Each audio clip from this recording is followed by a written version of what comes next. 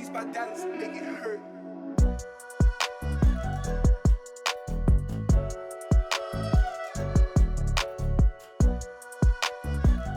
Hey guys, welcome to today's masterclass. Just wanted to do a really short masterclass based all around, mindset in sales and really what, different levels of communication and what mindset shifts we need to make selling a lot easier. So what I'm going to do is going to share my screen and we're going to dive straight in because I don't want to put loads of fluff on this. So let's just dive straight in. Perfect. That should be on. So I want to talk about your mindset in sales and everything there. So sales is really simple, right? It is really simple. Don't confuse simple with easy, but it is really simple, right? Especially in this online space where you're closing mainly inbound offers and things like that. But sales in any situation is very similar. And what is sales, right? The mindset to bring to selling is it's just your two or more adults having a conversation to see if and what one person's problem is and if and how the other person can solve it. That's it. It is that simple, right? Now, as with every form of communication, and conversation, there are kind of four levels to it all, right? There's not so good, there's better, and there's best. So because of this, we've in this space and what we're doing here, we've built out processes and flows to kind of make having these conversations easier. Right now, it doesn't mean that these are the holy grail, that these are everything, the be all and end all. But the reason that people make processes and flows and things like that is just to make things simpler. Okay. But the heart of the sales, your mindset should be this positioning. Okay. Now, with what we do and what I do here, it's all about selling with integrity. Okay. We don't want to do the pushy sales tactics and we don't want to work that way because they just don't work long time. So you may be looking for tactics and things that actually help you push someone in. Um, and you may be told that that's what you're supposed to do. And some people do teach that, you know, but we don't do that, right? I don't teach that. I teach selling with integrity every time, right? At the same time, with that being said, it's easy for people to think, oh, that means you're going easy on people and you just let them off the hook. And, because if you're not pushing, then you must be just leaning out completely. It's like, nah, that's not quite the case. You have integrity, which is your responsibility to help that person. That's a big mindset shift, right? And throughout your conversation, as you find the reasons they're needing, your help and how you can help them, to then just let them jump off with some information and how do you do is just a major disservice to that person. So what we want to do is we want to focus on three major mindset shifts, right? Now there's plenty we can make in this space, but I just want to break down three because if you can bring these to your core every time, it's going to impact the amount of people you can help as well as your bottom line, right? The first shift is from convincing to persuading. Okay. Selling is the opposite of convincing. Convincing someone means getting someone to make a decision based on your reasons, right? Whereas persuading, which is sales, is getting somebody to make a decision based on their reasons. Do you see the difference? Right? This shift is so fundamental to selling well and selling long term that it can't be understated. Right? It's also, so basic that I almost didn't put it in. But from my experience, it is very easy for, people to forget this rule. So I figured it'd be the first and foremost rule. Everything else comes from this. Right. So once again, convincing is getting somebody to make a decision based on your reasons. Persuading is getting someone to make a decision based on their reasons, right? And when people get into sales or even, start their own business and are kind of like looking for different things, bear with me, the sun's coming through pretty bright. It's better.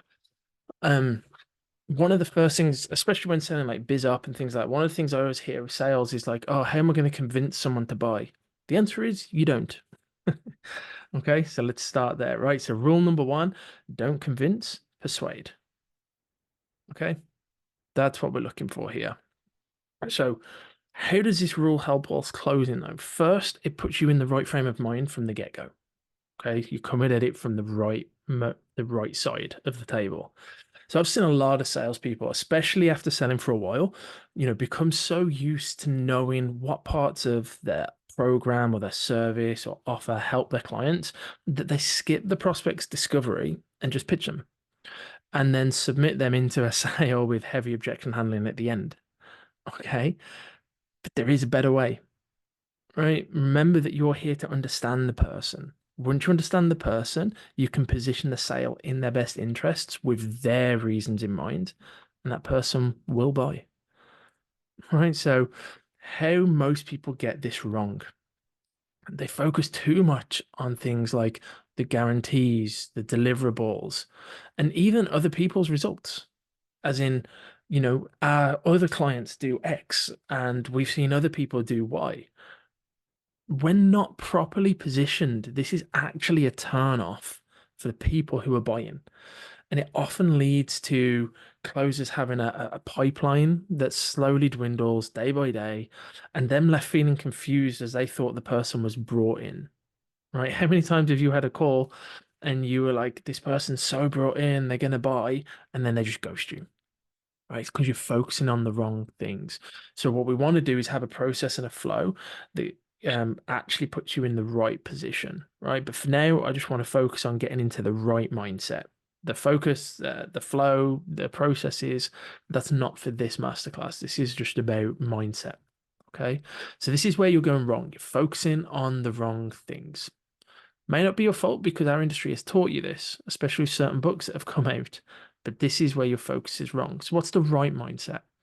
Right? The right mindset is we're here to help this person. That's first and foremost what you're here to do. Right? And how you help them is to allow them to expose their needs. Okay.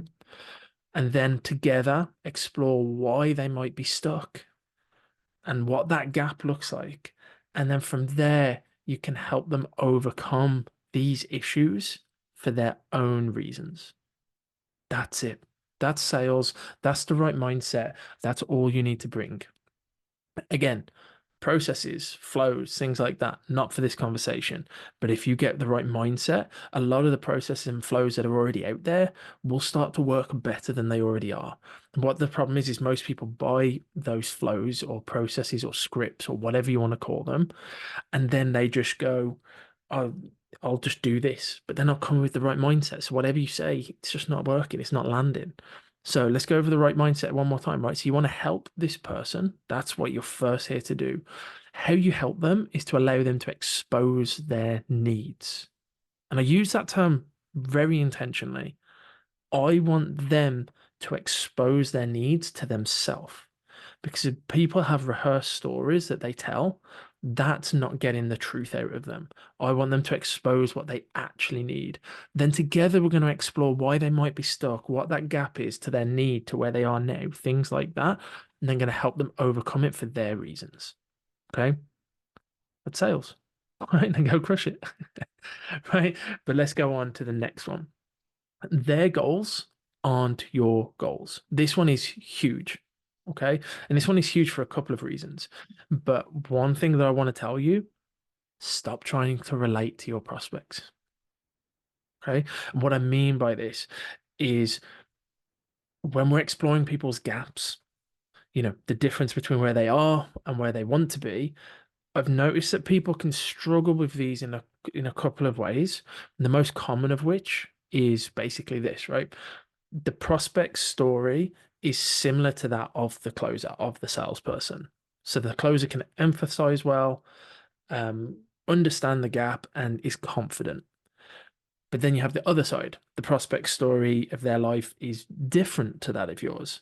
So the closer can't relate, struggles to understand the gap, and loses all confidence.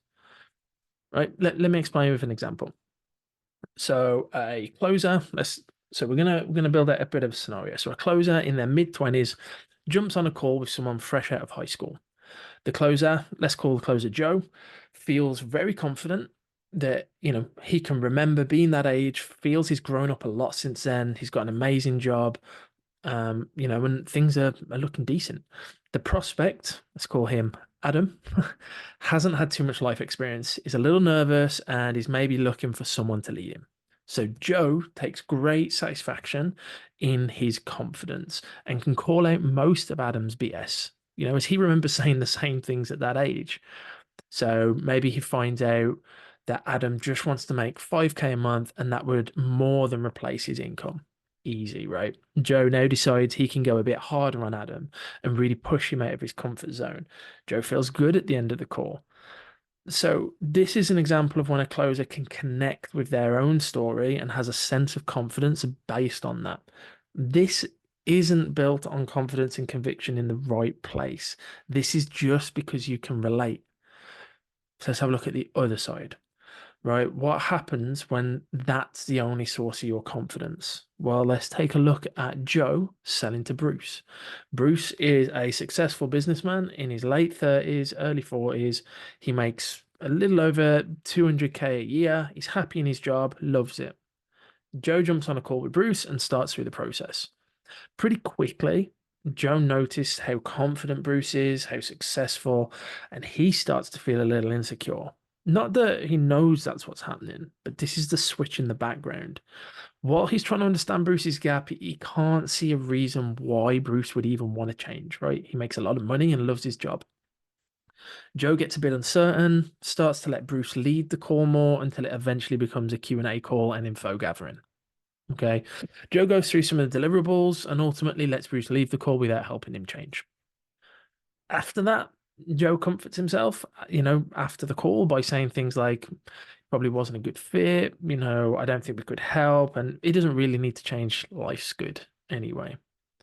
So why did this happen? Right? This happened because Joe was selling from a relational point of view rather than from the prospect's point of view. And because he couldn't relate to being a successful middle-aged man in a good job, he couldn't see why he would even want help in the first place. So what Joe failed to understand is that Bruce, whilst amazing at his job, is maybe on the brink of a potential divorce because his wife has had enough of the amount of hours he has to work and keeps missing time with his kids that are growing up too fast. Suddenly, when you find out that information, the reason for Bruce buying and needing a change becomes like much more understandable. But even if in this example, Bruce didn't have any of that going on, and all his goal was, I just want to get to 500K a year, then his gap from 200 to 500 is way more than double where he's at now, right? Which makes his gap bigger than someone who wants to go from 4K to 6K a month. So we need to stop trying to relate to prospects and instead bring in rule number two, which is be a mirror for their goals. Don't bring yours to the table. Don't sell in a relational manner, sell in a personal manner. It's not about you, it's about them. When you sell in a relational manner, and by that I mean selling to people you can relate to, you lose power. You must sell to them, not to yourself. Right? Just you are not on that call for you. You're just a mirror for them during the call. Their goals, their problems, their solutions. You're just there to help expose that. That's a big one. It's a big one that a lot of people don't even know they're bringing to the table. So search for this when you're on calls. Are you losing conviction and confidence because you're basing it on your ability to relate to this person's situation? Now, I feel that this is something that never gets talked about, at least not in this manner, but I think it's something that we need to understand innately. Okay, now the last one, confidence, conviction, and certainty. If there's one thing I've seen across any form of success from business, personal, money, love, everything, confidence is key. It's the difference that makes the difference. Like, how many times have you heard stories of people that did more than you, but with less experience or not as skilled as you? Like, what's the difference? Like, a skill or experience isn't the thing they have more of. It's just confidence and conviction in themselves to do it. Right. We touched on, How when you try to sell relationally, your confidence is based on how strongly you can relate to the other person. So it's true too that when you sell with confidence and conviction, your sales is on the person, not yourself. Okay, one of the best ways I've discovered to stay confident, especially in sales, is to detach from the outcome. Okay, it's a very obvious term, and in some ways it's very difficult in others, right? But as commission only closers specifically, the only reason you're selling is to make money, right? Anyone who says different is just lying to themselves, right? If you're a commission only sales rep or in sales in general, you are only there to make money, right? That's why you got into this in the first place. Let's not kid ourselves, right? But if your goal is to become self-sufficient, have your own personal economy, and actually help people, the best way is to stop trying to sell and to start helping people instead, right? Now, you've probably noticed a theme through this training that when you stop focusing on yourself and start focusing on the other person, things become a lot better for both of you, right? So stop focusing on you, focus on them. So how are we going to do this? Let's build this out together, right? How are we going to get confident? Never compromise your self story. Okay, this is about building your confidence now. So the sales is about not bringing your goals to the table, but confidence is about you. Okay, so one of the main ways you can stop focusing on yourself is to build your own confidence, your self story, as Stephen Bartlett calls it. Right, this is the cornerstone of confidence. Building up your self confidence is a little out of the scope of this training, as it's a continual effort. You know, it's very personalized to each person. But one piece of advice regarding that I can give is the best evidence you have to believe something, right? The best evidence you have to believe something is true is first-hand evidence, right? That's to say, things that you personally experience, right? If you've personally experienced something, you believe it. If someone tells it you, you can believe it, but if someone tells you a different side of it, you may kind of cave and change. But if you've experienced that thing, then you know it fully, right? That's that's the whole crux of confidence and conviction in something, right? So if you want to build confidence in yourself, you've got to put yourself in positions outside of your comfort zone, and that will often provide first-hand experience and evidence that you are confident. It's kind of like you can't become confident until you start being confident. So you need to get yourself out of your comfort zone regularly. You need to do things that you're not comfortable doing, that you feel would only a confident person would do. Once you've done those things, then you've started to gather first-hand evidence that you are confident. See, you can't, for a lot of things, you can't wait until you become something to become it. The only way you become it is by doing it first. So confidence, conviction, certainty, these are things that you need to build. They're not something that you wait till it happens. Okay. So this is actually rule number three. Let's see who's paying attention. So confidence rules, right? Confidence, conviction, certainty. Bring this to a call and your sales will explode, and it will allow for greater leadership on calls, right? Because part of closing is showing leadership during your calls. One of the greatest ways to show leadership is to have a quiet confidence and certainty within yourself, right? It doesn't need to spill into arrogance, and in fact, it shouldn't. But a confidence within yourself, a conviction within the thing you're selling, and a certainty that you can help the person, that will take you a long way. So bring these three things together, and your sales will go through the roof, right? Persuade, don't convince. Be a mirror for them, not for you, and confidence rules. Okay, this was a nice short little masterclass on the mindset shifts to bring to sales. If you'd love to find out more, follow my YouTube channel, follow me on Facebook, Instagram, wherever. Check out my other things. But more importantly, actually just take action on at least one of these rules, right? Get that confidence, put yourself out there, or stop trying to relate to customers. Stop trying to be like, oh, I do this as well. Stop that. Be a mirror for them and their goals, not a mirror for your goals. Okay. We'll do some more of these. I've got a few of these planned, so we're going to build a few out, and then yeah, I'm just hopeful these can help and build some extra conviction in your sales.